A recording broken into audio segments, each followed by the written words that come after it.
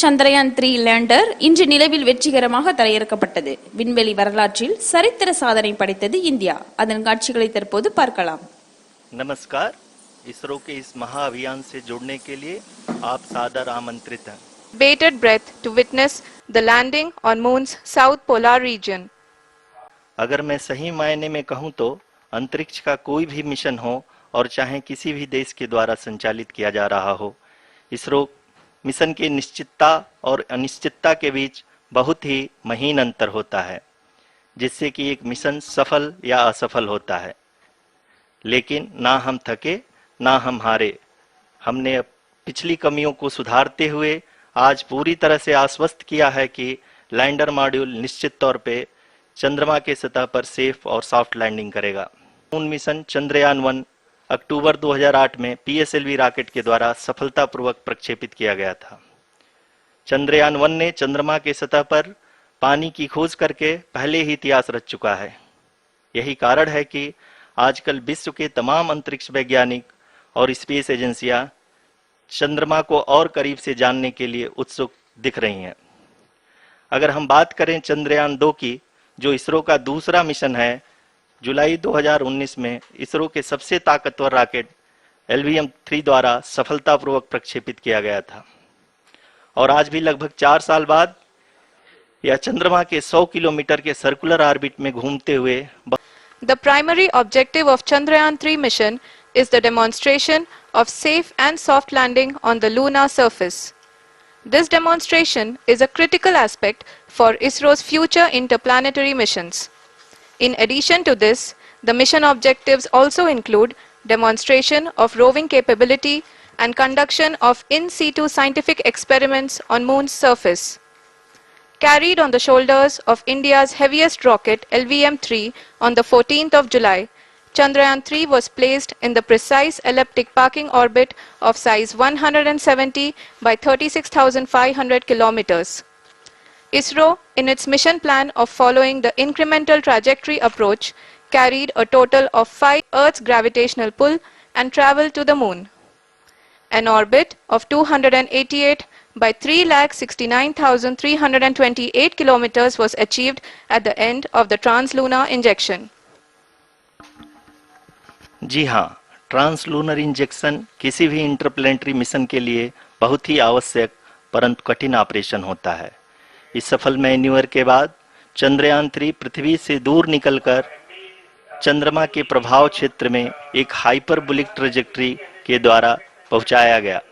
पोलून के साथ चंद्रमा के इलिप्टिकल ऑर्बिट में स्थापित कर दिया गया. TLI के तरह LOI भी टन के चारों थ्रटबल थ्रस्टर्स पावर डिसेंट के समय किसी भी चुनौती का सामना कर सकें. लैंडर मॉड्यूल इस ऑर्बिट में 4 दिन तक. और संक्षेप में अब तक की यात्रा की बात करें तो लैंडर मॉड्यूल अब तक 21 बार पृथ्वी के और लगभग 120 बार चंद्रमा का चक्कर लगा चुका है और इस पूरी यात्रा में लगभग 55 लाख किलोमीटर की यात्रा भी पूरी कर चुका है.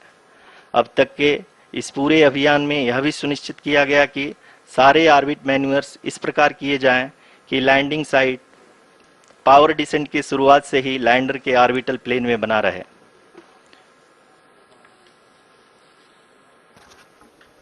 Make it further complicated. That is true indeed. We have arrived at the crucial juncture wherein the orbit plane contains the desired landing site at the start of powered descent. We are also happy to announce that live images from the Chandrayaan 3 lander imager camera is being received continuously. The demonstration of soft landing on the Moon's surface is no ordinary feat due to the innumerable challenges and complexities involved. Lander leg drop tests were carried out for the lander module. The success of these tests has provided great confidence in the performance of all the onboard sensors, propulsion system, and associated guidance, control, and navigation algorithms. LS takes charge. The preparation for today's event had started 48 hours before, wherein various pre-selections and uplinking of parameters for the autonomous landing sequence were carried out. The whole descent is divided into 4 phases: the rough braking phase, the attitude hold phase, fine braking phase, and the local navigation phase or the terminal descent phase.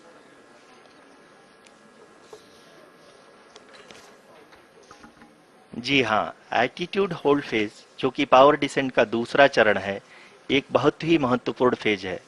इस 10 second के small duration के दौरान lander के दो महत्वपूर्ण sensor कारा और Lasa lander की ऊंचाई की गणना करेंगे। इस फेज के पूरा होते ही लैंडर चंद्रमा के सतह से कुल 6.8 किलोमीटर की ऊंचाई पर होगा। During the rough braking phase, the lander velocity shall be brought down from 1680 meters per second to 358 meters per second. The altitude will be brought down from 30 kilometers to 7.4 kilometers at the end of rough braking. Shall be nearly 713.5 kilometers.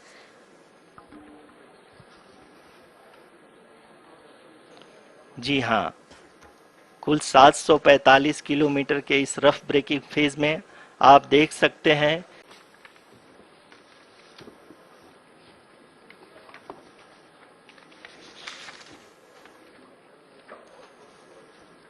Power descent की यह शुरुआत हम कह सकते हैं कि बहुत ही सटीक और सधी हुई है, जिसमें लैंडर अपने वेग The attitude hold phase.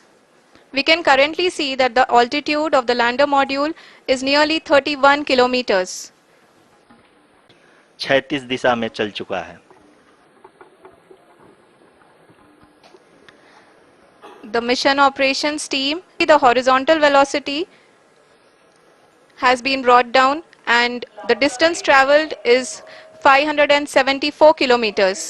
The current altitude is 27 kilometers as can be seen on the screen. जी हाँ, करीब करीब अपने आधे सफर को पूरा करते हुए इस रफ ब्रेकिंग फेज में लैंडर बहुत ही आगे की तरफ बढ़ते हुए अपनी ऊंचाई को घटा रहा है। We'll be expecting sensor update from the laser and car band altimeters.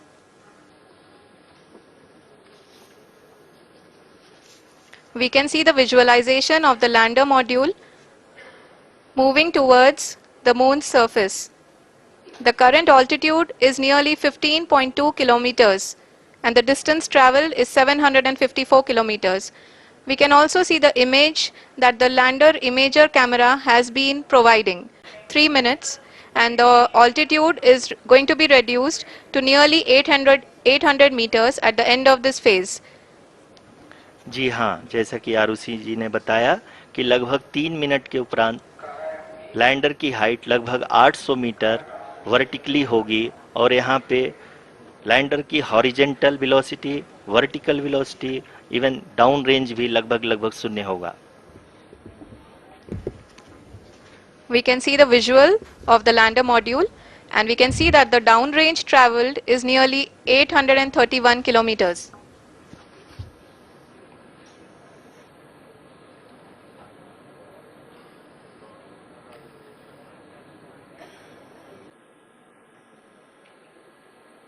Descent phase or the local navigation phase.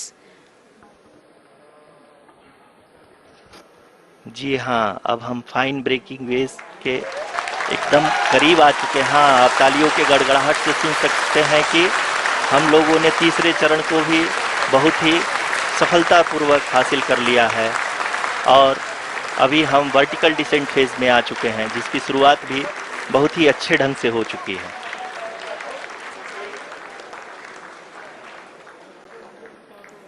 Lot of applause indicates that till now the performance has been nominal. We are in the vertical descent phase 1. The altitude is being brought down from 800 meters and we are nearing and approaching the lunar surface. जी, आप अपने screen पे देख सकते हैं कि lander का height लगातार कम होता जा रहा है। इस समय हम लैंडिंग साइट के जस्ट ऊपर हैं और इस समय इसकी ऊंचाई लगभग 600 मीटर के आसपास है। इस फेज के दौरान लगभग 150 मीटर के ऊंचाई पे पहुंचने के बाद लैंडर अगेन लगभग 20 से 22 सेकंड के लिए हॉवरिंग करेगा। The horizontal as well as the vertical velocity is now being constantly reduced and the lander module has begun its descent towards the landing site.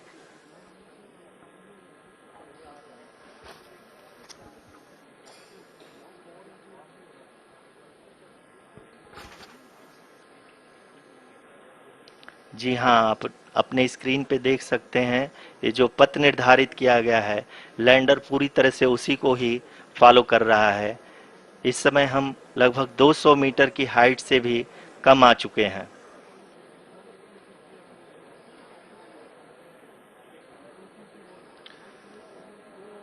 अब हम ये देख सकते हैं कि हम लगभग 150 मीटर की ऊंचाई पे हैं चंद्रमा के सतह से।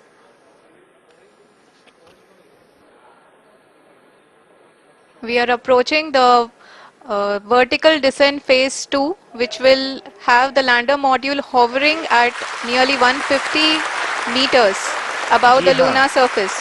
जी हाँ, आप इस तालियों के गड़गड़ाहट को सुन सकते हैं जो कि सेकेंड हायोरिक फेज के कंप्लीट होने के बाद इन सारे वैज्ञानिकों के द्वारा की जा रही है।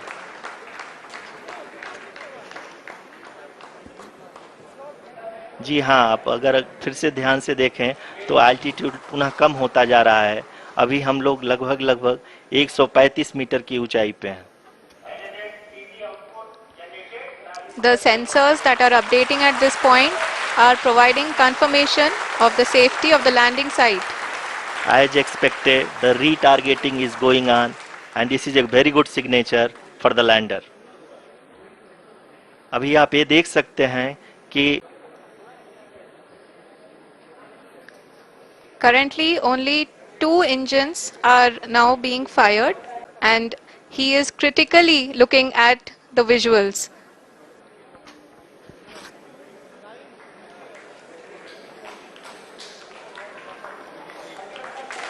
जी हाँ, आप अपने स्क्रीन पे देख सकते हैं कि हम lander module People are applauding. Let Lander us all module. wait to hear from the Secretary Department of Space and Chairman ISRO, Shri S. Somnath. Lander module पूरी तरह से